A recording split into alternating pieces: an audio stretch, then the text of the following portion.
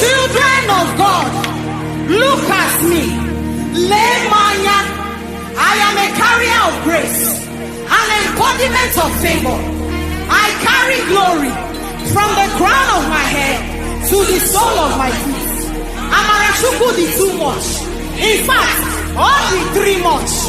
Thank you, Jesus. Thank you, sir. Ibo akumba warubo. Obiridike akanala.